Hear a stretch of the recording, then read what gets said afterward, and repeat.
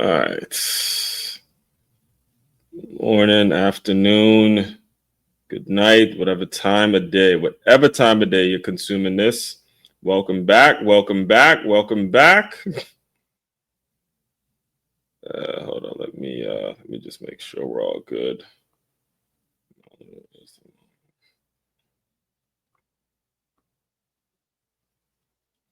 All right, Facebook, we're good. YouTube, I already just saw the notification. Hold up, I'll check that in a second. Let me just get it all straight on LinkedIn, and we're gonna be good. We gonna be straight, because we gonna be straight. All right.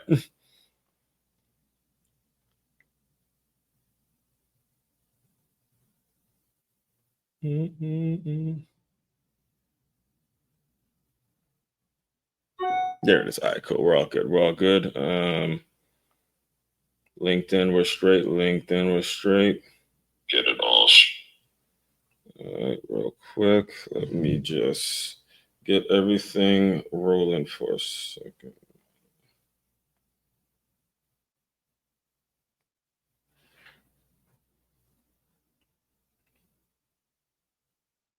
I'm John Engel with the Engel team at Douglas Elliman.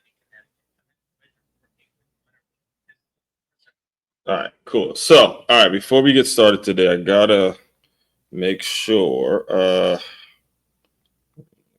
Give me a second here, guys. Podcast listeners, my apologies for taking so long to get started. I know I've heard some rumblings about how that can get a little annoying, but you guys will be fine. I'm sure you will be fine. Just give me a second. All right, so. All right, here we go. We right into it. All right, so before we get started today, I have to give a shout out to my guy, Monarul Islam. All right, Monarul Islam is the reason that my YouTube channel, well, one of the reasons that my YouTube channel has blown up in the way it has over the past year. He is responsible for all of these thumbnails that you see. Every day he delivers these flyers that he puts together. I message him every day, letting him know what I'm all about. So Monarul Islam, appreciate you so very much. You have been an absolute incredible blessing to my business, blessing to what I'm all about. And I strongly recommend you guys link up with him. If you want his contact information, I would be more than happy to give it to you. But I strongly recommend that he's help with the SEO, the optimizing videos, all of that stuff, anything when it comes to promoting YouTube, everything.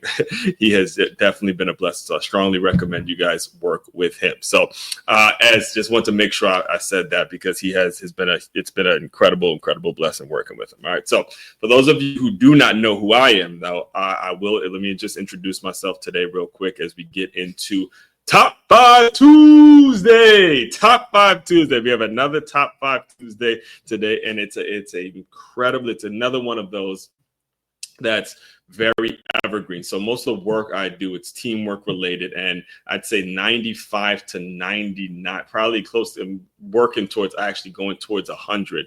But it is all evergreen stuff, meaning that it doesn't matter when you consume this material, all right, as long as you consume it and you apply it. The big thing about really being someone that creates content, creates material, is going to be regularly speaking. You have to create content around a concept of anybody at any time of day, any year. It doesn't matter what their age is, whenever they're ready to receive quality information that they could be using to establish and be using to help their lives get better. It doesn't matter when they consume it, just as long as they consume it. So today we're going to have our top 5 list, as we do every single Tuesday. And the top 5 list is the top 5 ways to align your personal and your professional lives. If you guys recall, yesterday I gave you a percentage of what the Make It Move kickoff question was about. How do you align your personal and professional, or what the percentage should be in terms of how much you align your personal and your professional lives? I gave 100%. That was my answer. Not to say that this is the right or the wrong answer. It's up to you guys based on what your situation is. But today we're going to dive deeper into that concept and top 5 ways towards aligning it. All right. Because it is important. It is a conversation that you have got to have, and you got to have that conversation with yourself. You got to have that conversation with yourself before you can try to be anything for anybody else. All right. So before I get into it, I know I got started early today. Let me just introduce myself really, really quick to anybody that may be new around here. First and foremost, my name, as one Crookshank. I am your one and only Move Swiftly speaker, former Division I college football player, and current 5-time, soon-to-be 6-time published author and educator. What I do, what I created, what the Move Swiftly business is all about is taking the innovative teamwork lessons that you learn on the football field and aligning them with businesses and business owners so they have a group of employees, they have a staff, they have a group of people that moves as efficiently and as strong and as eager and as passionate as a championship high school or youth football team. That is what we do in a nutshell around here. And before we dive too, I know I already kind of stepped on the topic a little bit in terms of what we're going to be talking about. Let me just get through the announcements real quick, and then I will, go through the article. We'll go through these top 5 lists, and we'll cut out. I'll make sure I cut it. The goal, like I was telling you guys yesterday, the goal is to start to, cut myself off, filter myself out at 45 minutes. Once I see the 45-minute mark, I just, move on to the next day and stuff like that. So that's part of that. That's another thing too. When it comes to being a speaker and developing your speech and developing your ways of communicating, you got to know, you got to give I remember Dre used to say this, you got to give the 2-hour version of your story, the 30-minute version of your story, or the 2-minute version of your story. You got to work on that and practice that, because you never know who's listening and what they have time to consume and where they can consume this and how, your stuff just got to be ready. It's a constant work in progress, right? So for these live streams, I'm cutting myself off at 45 minutes, regardless of where I'm at. So it challenges me to get through certain materials and get through the points quicker. So I'm always challenging myself. And that's what life is all about, man. Just constant challenging of yourself, figuring out how you can get better. Because I got news for you. It's either you're getting better or you're getting worse every day. You are not staying the same. I'm going to say it again for the people in the back. Okay. You're either getting better or you're getting worse every single day. That is the opportunity. That is the 24 hours you have. It's either you could choose to get better or you could choose to get worse. But you're not going to just like this. You're not going to just move along this even playing field as if something's going to just stay the same. It's not going to stay the same. That's not life. That's not the way it works. It's either you're going to get better or you're going to get worse. You make the damn decision every single day of your life how you want to do it. All right. So all that being said, first and foremost, let's get to the announcements. If you are West Palm, boxing, free boxing lessons. If you are interested in free boxing lessons, be sure to get in contact with me. If you're listening to this on the Move Swiftly podcast, be sure to go to freeboxing.makeyourmove.com. That's freeboxing.makeyourmove.com. If you're looking at this on YouTube, LinkedIn, or Facebook, just simply hit that QR code that you see right there on your screen, and I will get you all the details. We actually have a session coming up this weekend. Let me look at the schedule real quick. Yes, the 26th. The 26th, we have another lesson coming up, the 26th. And like I was telling you yesterday, these things they're bringing back so many great memories that I might have to get back into business for real. I've been spending a lot of time in Plantation, the Tamarack area, where I was really known as the boxing trainer. Like that picture you see right there is when I was really doing it full time. And since I've been spending a lot of time back out in that area, it's like, okay, my beak is kind of being wet a little bit to really get this thing going again, really get the boxing training going again. So don't be surprised if I go back and say, you know what, I just had to come back. I had to come back with them strong, baby. All right. Next thing, as I mentioned in the intro, business owners, if you are sick and tired of bringing people into your staff, bringing people into your business, bringing employees that do not fit. Folks that do not fit, they're there simply to get a check. They're selfish. They have this mentality of it's all about me. How much you gonna pay me? I'm all about this me bullshit. If you're sick and tired of hiring that person, I need you to go to freeguide.makeyourmove.com.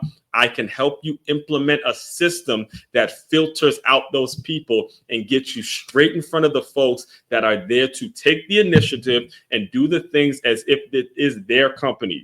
Really take that approach towards their business, towards the towards their job. That's what the system is all about. And that's, like I mentioned to you in the intro, when it comes to building that organization that runs like a championship football team, that's what we had. Listen, I played for several of them. All right. I'm not just talking shit, right? Like, this is something I know. When you have that mentality in your organization, then people start making stuff happen. They start making stuff happen. All right. I love telling the story because it was a time that I listen, for those of you who don't know, I do a lot. I tune in and I listen to the Under Armour founder, Kevin Plank, a lot. I model a lot of the work I do around the way Kevin Plank built Under Armour. And I remember him saying on one of them interviews that, there was a new office or a new headquarters built in Chicago for Under Armour. And in fact, why am I talking? While I'm talking, let me look it up. And he had said Kevin Plank, the founder of it, he had absolutely nothing to do with it. Under Armour headquarters Chicago. Yep. Is this it? Yeah, this is it. Brand House. That was it. Brand House. Okay. Under Armour stores. Let me see if it's still around. Hold up real quick. Let me see. Is it? Under Armour first brand. All right, Under Armour. Let me see. It's called Brand House. Give me 1 second. Let me look this up. Because I want to make sure. It's no longer in business. Okay, but all right, we won't put it out there. But it's permanent. It's permanently closed now. But when it did open, I remember Kevin Plank saying, "Hey, there was a brand new grand opening or something in Chicago that he had nothing to do with." Now it says yes. So Nama celebrates grand opening flagship store. Oh wait. Brand House officially grand December 7th. Brand House. All right, whatever. But at the end of the day, long story short, he was happy at the fact that there was something built in the Under Armour name that he as the CEO had nothing to do with. All right, so that's what I mean when I say building out a team or creating that staff that takes the initiative to get stuff done. Anyway, and then finally, Patreon. Tap into the Patreon. Make sure you tap into the Patreon link. We have something for everyone, whether it's we want to join at the preseason level, come in at the regular season level. We love to have you at the postseason level. We can build out a community in which we are holding each other accountable, and we're making sure we're doing the things to filter out the BS people that ruin companies, the mentality that ruins companies. All of that available. MakeYaMove.com. That's MakeYaMove.com. One-stop shop for your teamwork and your self-development needs. As you can see, if you are looking at this live, you can shop, you can join the Patreon, you can book me to speak, you can learn more about me, you can tune into another one of those fantastic episodes of the Move Swiftly podcast. It comes out every single day, and it is the #1 podcast on innovative teamwork for a reason. All right, let's get into our top five. Top five ways to merge your personal and professional life. Let me tell you, this list, again, it's part of a bigger theme that came from a book recommendation from my woman, my new world. Like at this point, I don't know if I could say new, but we spent so much time together at this point. But she recommended several books to me. In fact, I'll show you one right here. It's in my backpack if I could find it. Yes. So she, one of the things that I make sure I do, especially if you're entering a new relationship, whether it is personal, whether it is romantic, whether it is professional. The thing I really take seriously is holding myself accountable. One of the things I genuinely would do, and this is regardless of the type of relationship that we're pursuing. If you get to know me, you know how focused and locked in I am on professional and personal development. It is my life. Again, when you have a name, and for those of you who have grown up with a unique name, a name that's always getting a reaction out of people, you know that the idea or the concept of just putting your name on a job application or putting your name on a resume, that's not going to cut it. It's not. That may cut it. That may cut it for the Michaels of the world, right? Or the Todds or the Franklins. There's something that you can read if you're in school. You can read the attendance and you can understand the person's name. Okay, that might work. That concept might work for those folks. But when you have an Aswan Crookshank and your entire life, Your entire life, you've been given a nickname that you weren't asked for. Your entire life, been having to correct adults in terms of how to say your name. You know that it's not really likely that anybody's just going to give you a job without you actually having to prove yourself, right? You're not going to just get a call back for some, typical 9 to 5 where they want, peace, and they want things to be normal and everything is nice and everything is, copacetic and, there's no problems. No. When you have a name like Aswan Cruikshank, you got to commit. You got to commit to personal and professional development, because that's the only way you're going to survive, straight up, right? So anyway, she recommended several books to me last week as I was really digging into the leads and getting a system together where I'm contacting my leads regularly. So she recommended Alex Hormozi's $100 million leads, and then she also recommended this book right here that I've been running through. In fact, I just saw it. He messaged me back on LinkedIn, so hopefully we'll get him on the show at some point. But I've been running through this one. It's been great. She recommended all those books to me, and it got me thinking about, okay, this is a great topic to dive into when it comes to that.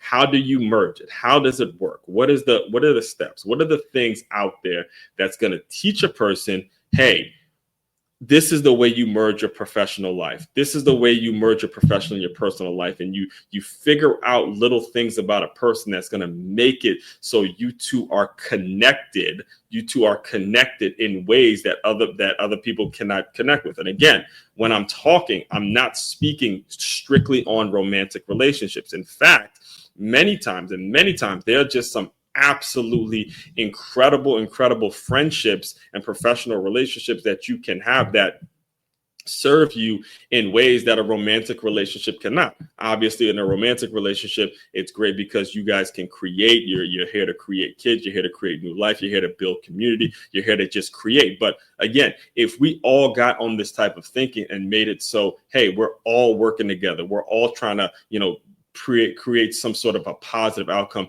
If we can figure out the right alignment with the personal and professional life and get out of our comfort zone, we can solve so many of the problems that we see in this world, as opposed to what we typically see, where every time something goes wrong, I'm going to blame that politician. Oh, that's Trump's fault. Oh, that's Kamala's fault. Oh, that's Obama's fault. Oh, that's what you named the politician. We are always just going to figure out somebody else to blame and stay in our comfort zone and never take any accountability for the shit we do. And that's what we got to get away from. We got to get in this habit of personal, professional development. And when people call you out on you, and trust me, listen, and this is what I'm telling you, even this weekend, one of the couple things that I was saying to her, and when she called me out of my bullshit and said, hey, yeah, stop being that word, stop being that thing that ends in a that starts with a P, ends you with a SSY. Like, stop being that thing and go get your stuff together. Go call this one, go do this, go do that. And that's what it's all about. People that will call you, and I do the same with her, right?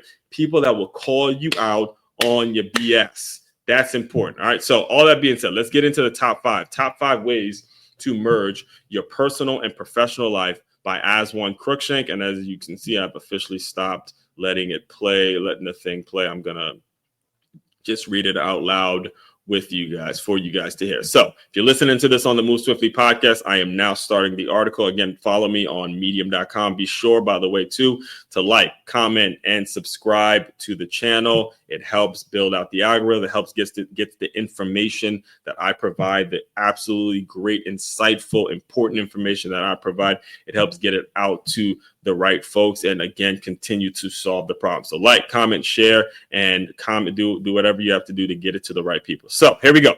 Top 5 Tuesday, Move Swiftly Sports Marketing. If you've been rocking with me for any length of time, you already know what day it is. Top 5 Tuesday. Every week, I drop a list that's either rooted in something relevant, something personal, or something evergreen that'll still hit even if you stumble on it a year from now. And today's list, this one's personal and evergreen. Top 5 ways to merge your personal and professional life. Let's face it, most people are told keep work and life separate. Very true, shouldn't happen. But if you want to grow in both areas, the key isn't separation. The key, it's synergy. Here's how to make it happen. Number one. Here's the top 5 list. Number 1, physical activity. Sweat builds bonds. Sweat builds bonds. Let me put that right there. This is number 1. All right, number 1 is physical activity. Physical activity. Let's dive into this. Let's dive into this a little more. Physical activity. All right, so this one, now again, all right, and I'll say it, I'll preference it before I get into my reasoning for physical activity being number 1.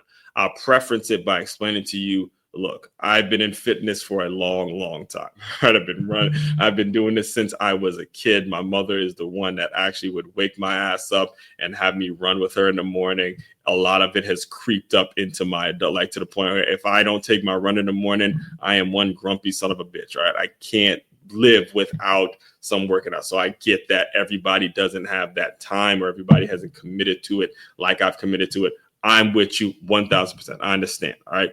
But as I read through this, understand the power in physical activity because of the way it breaches and gets you out of the comfort zone that too often you get too comfortable being comfortable. All right. And that ultimately ruins you. All right. So listen to a couple of these stories.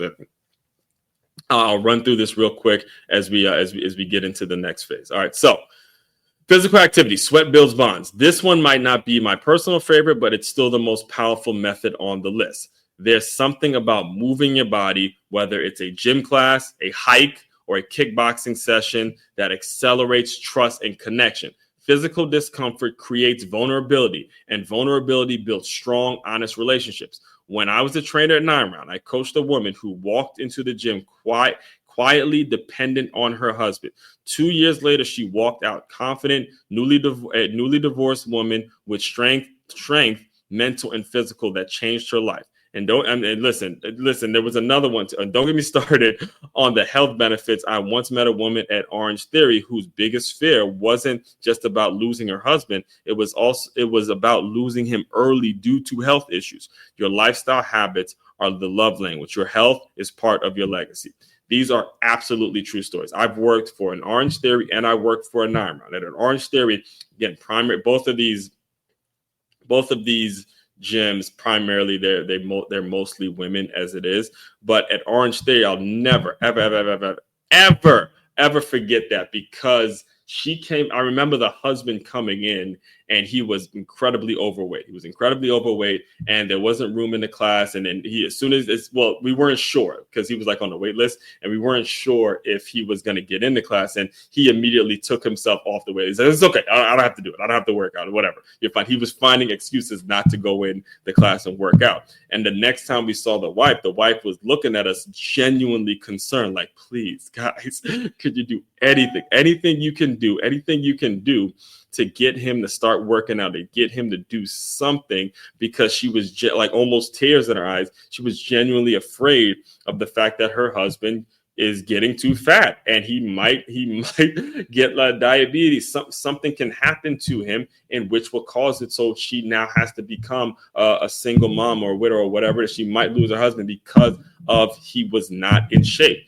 This is important stuff. And now when I went from Orange Theory to 9 Round, I mean it. There was another lady there who she signed up really quiet, and then I'm not going to put her name out there, obviously, but if she might connect on who I'm talking about, or if you knew me at 9 Round, you might connect on who I'm talking about when I tell you. She came in all like really gothic looking, like black hair, and she came in with a friend and signed up and literally dependent on everything. Had 3 kids and was dependent on everything. Didn't work.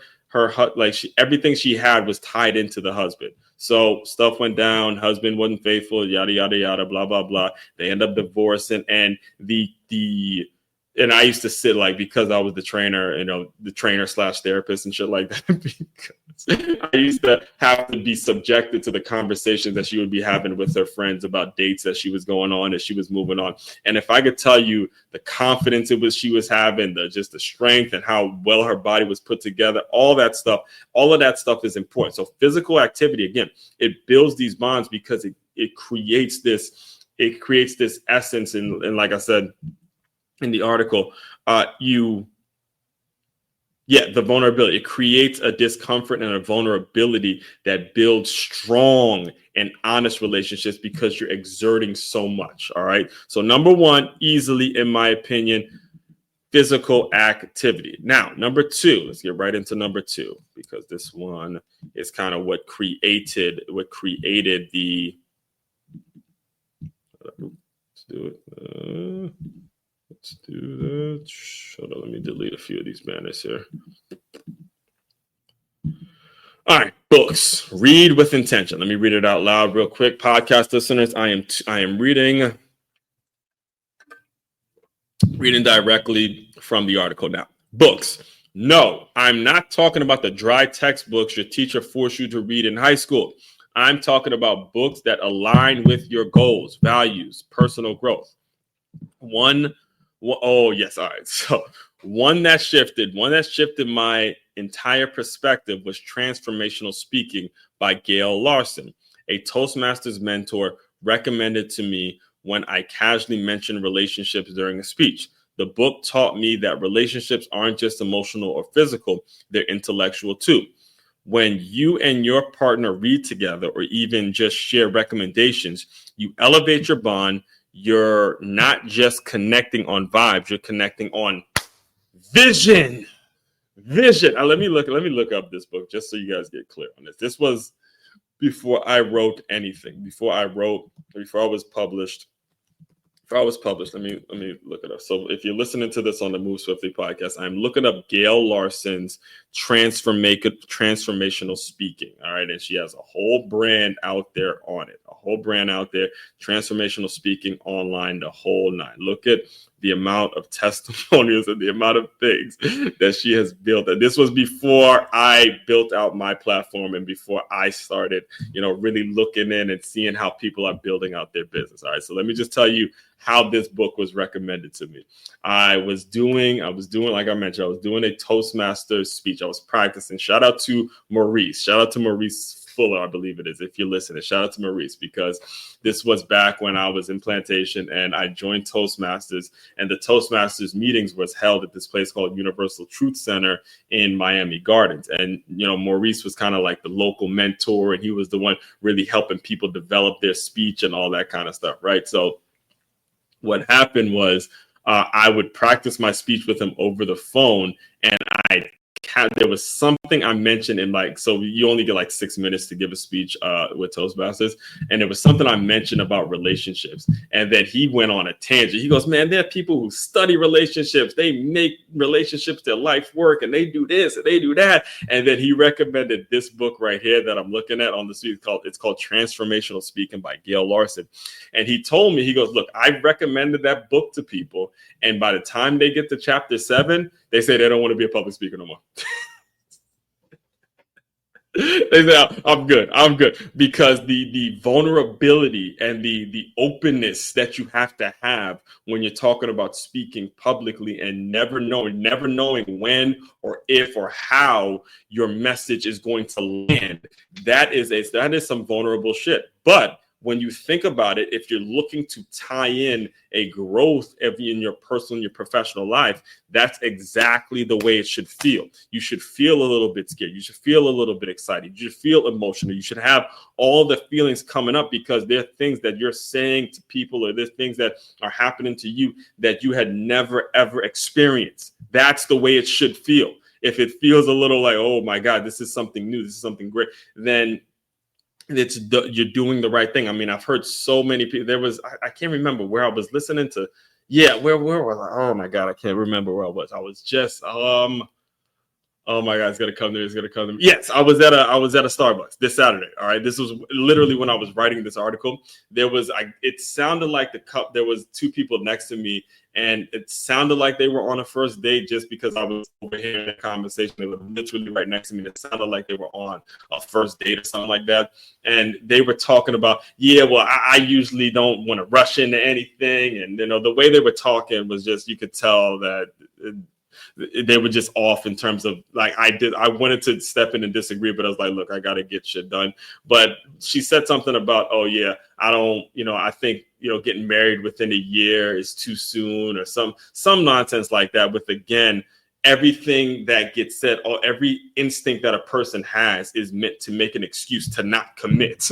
All right. And that's where, against certain people, you have to find certain people that are going to call you out in your shit. And when it comes to books and reading with intention, this is a great way of doing it. This book that got recommended to me by her, by, again, my significant other. This was a intentional thing. She saw the video, and then boom, it's right in my hands. This is what inspired an entire week's worth of content, because that's what happened. All right. When you start connecting on books, and I'm not talking, like I said, not talking about that bullshit that they make you read in school, and next thing you know, you get a multiple choice test, and all of a sudden you have all the answers and you get praised for having a good grade. No, I'm talking about intentionally reading it, highlighting it. Look, I only got to like chapter 2, but just the few chapters that I have read, you can see highlighted. Some of the points are highlighted because it's reading with intention, understanding, highlighting, getting stuff really mentally where it needs to be. All right. So that's number 2, books with intention. All right. So number 3, educational fun. Gotta shout out moms on this one. Because this was something that she pointed out to me when I was younger. Let me read again, podcast listeners. I'm reading this directly from the article now. Shout out to my mom for this one. I'll never forget the day she pointed out something that changed my entire perspective on fun. We were waiting in a student lounge at the University of Maryland. And now, before I keep going, the reason we were there, because my sister is graduated from the University of Maryland. That's where she attended college. So we were waiting for her to do something, and we were just kind of vibing out, just kind of waiting for her to do, I don't know what, it might have been graduation. I can't remember what it was, but it's not that important. But anyway, we were waiting in a student lounge at the University of Maryland, and nearby a group of college students were cracking jokes, vibing, but also studying together. She turned to me and said, "See that? They're having fun, but they're learning too." That's what I mean by educational fun. Experiences that stretch your brain while stretching your bond. Whether it's a workshop, a documentary night, building a project together. This kind of fun creates unforgettable moments and productive energy. That's what I mean when I say educational fun. And this is important to This is important to document. All right. This is important for you to really get a hold of this. Really get a hold of what I'm telling you. Pick up what I'm putting down, folks. Pick up what I'm putting down. It was myself, a high school kid at the time, my mother, and then my sister, who is getting ready to graduate college or is in that process of graduating college. We're around other college students. All right. This is where I'm supposed to be going. This is where I'm going to be soon. And as we're sitting there, we're looking at college students kind of sound like they're doing something leisurely. But as my mother's sitting back, she's like, this is a learning opportunity. This is an opportunity to teach, a teachable moment. We used to call that with PCA. These are teachable moments. All right. She looks at me, she goes, but they're studying. They may sound like they're having fun and getting, giddy or talking about this, but they're studying. I'm listening to them, and they have their textbooks out. They're having this book out, and they're having a discussion about this writer or this math problem, and they're doing this and they're doing that, but they're studying. That's the key. When you're aligning that professional and that personal life, do something fun. Go have your fun, but make sure the fun, there's an educational component to the fun, so you don't just waste your damn time. Okay, going out and clubbing, getting drunk, getting high. There's nothing educational about that. Let's just be honest. I've been drunk, been high, been both of those. And there's nothing but pure blackout, and you're going to fuck whatever moves. You're just going to do whatever. You're not learning anything. You're having fun, but you're not learning shit. That's it. That's what I'm trying to tell you. I'm not talking at you guys. I'm talking to you. I've been there, done that, been to college, did all of that, B. It's a waste of your MFing time when you don't really understand that fun and education can literally be the same thing. You can have fun while educating yourself. And when you get a hold of that, you don't have the ability, you don't have the goal, you don't have the audacity to start wasting your time with bullshit. You just don't. Because there's other folks, especially your competition, when you realize what your competition is doing, Slim, You're not wasting your time with bullshit. You're just not. All right. Let me run through. I got a little hype. Get a little excited as we do every morning here. All right. Number 4, food. A lot of people's favorite, food. All right, let's read it directly from the article. Food, break down with intention. We all got to eat. This one's pretty self-explanatory, right? We all got to eat, but food isn't just a meal. It's about the meaning behind it. When you sit down and share a meal with someone, pay attention. Are they grateful? Do they value service? Are they generous? Eating together reveals a person's principles, habits, and values. Things you'll want to know if you're building with them long term. Choose who you dine with wisely. As the old saying goes, don't share your energy or your table with just anybody. Huge principle here. All right, because we all got to eat. We all gonna break bread. But as you're eating and as you're having conversation, you got to really ask yourself, how much time are you wasting? And I'll tell you this story because this is when I realized I was around the wrong motherfucker. Like I was around the wrong people. One of my best friends was in middle school. I'm not going to put his name out there, but a lot of people who know me knows exactly who I'm going to be talking about in a second. One of my best friends in middle school, we kind of lost touch because we went to separate high schools. But once we got through high school and we were in college, me and him would party together, drink and have fun. He was also from Trinidad, and we were boys, right? So there was a young lady in which he was, wifing up, officially, trying to wife up because he was Mr.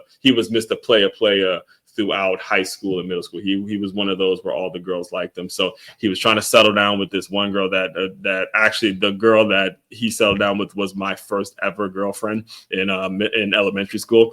So it was always kind of coincidental when he told me, yeah, that's going to be the wifey and stuff like that. I'd never forget that. But anyway, we were all partying New Year's. I think it was one of those New Year's when I was in college, before I went back to Stony Brook, and we were all partying at her house the night before. It wasn't New Year's. I was just home for winter break. And the next day, we all spent the night. I mean, everyone just, we were too drunk to do anything. Her parents weren't there. So it's a night and we just, again, went off, right? So anyway, the next morning, again, we're still broke college kids. We weren't together at all. We're broke college kids, right? So the next morning, me and him went out to eat breakfast at Bob Evans, and we left all of his girl and some of her friends alone at the house. We went to eat at Bob Evans, but he told her that he was going to the grocery store to pick up groceries for her to cook breakfast for us. That's what he told his girl. But, what he didn't tell her was that we were going to Bob Evans too to eat breakfast for ourselves.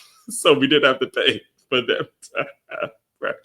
Again, college me, this was not me now, but this was just college me and hanging out with boys. But anyway, here's when I realized I was having the wrong friends and I needed to move on from this dude, right? So we're at Bob Evans. Me and him are having breakfast, and I'm getting my omelet. We're just eating or whatever.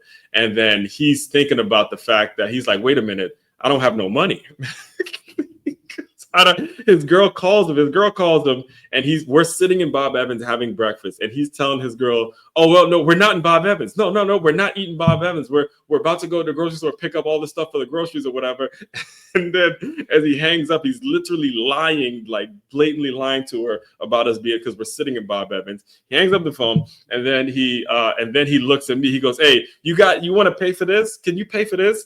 And I'm like, oh, shit. See, now, not only am I driving, but also I'm having to pay for breakfast and shit like that. And that's when I realized, okay, we gotta move on. We gotta wrap it up with this dude. So what ended up happening is we ended up going to the grocery store. He picks up the cheaper stuff, which is just some eggs, and then she ends up cooking breakfast again when we get to that. So we had two breakfasts. We had the breakfast at Bob Evans, and then we had the breakfast that she cooked for us too. So it is what it is. It's just that's just what I mean when I say breaking bread. And if food, obviously you have to do, but making sure you're doing it with intention. All right. So final one. And this one is going to be very, very short and sweet, very not much talking needed for this one because it is a personal favorite of mine, me being the sports guy. But sports, in my opinion, is, like it says right here on the screen, the ultimate connector.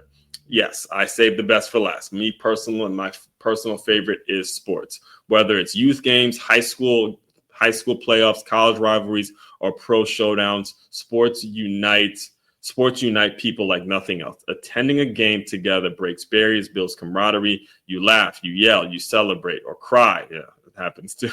And in those moments, you see who someone really is. You see their passion, their loyalty, their competitive edge. And when you bring your professional world into that environment, the walls come down and real relationships are formed. That one's self-explanatory, folks. You just have to look at me, look at everything I'm doing, look at the way all of this is built. Every last one of it, all of this. Again, there's only 3 of the 6 books, but all of this is sports related. All of this is sports fitness related. All the stories, everything is sports related. It has the understanding that when you are talking about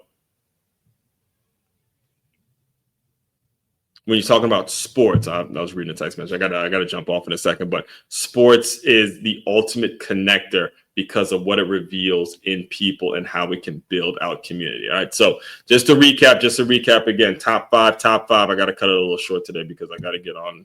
I started a little late today. So if anything, matter of fact, before I do that, let me read out the final word. Final word. Merging your personal and professional life isn't about being on all the time. It's about alignment. When the things that light you up personally also feed your professional purpose, you become unstoppable. So test these 5 out, mix them in your week, observe what clicks, and build the life you want, not the one society tells you to separate. Period, point blank, end of sentence. All right. And that's really the takeaway for today, is understanding it's on you to figure out what the alignment is. I'm here to just tell you, in my viewpoint and everything I've lived through, working with these 5 things, then there will be something that actually does click. So just to recap, today, Top 5 Tuesday, top 5 ways to align your personal and your professional life. Number 1, physical activity. Number 2, the books you guys read intentionally. Number 3, educational fun. Number 4, food. Break bread with intention. And number 5, sports, the ultimate connector. All right.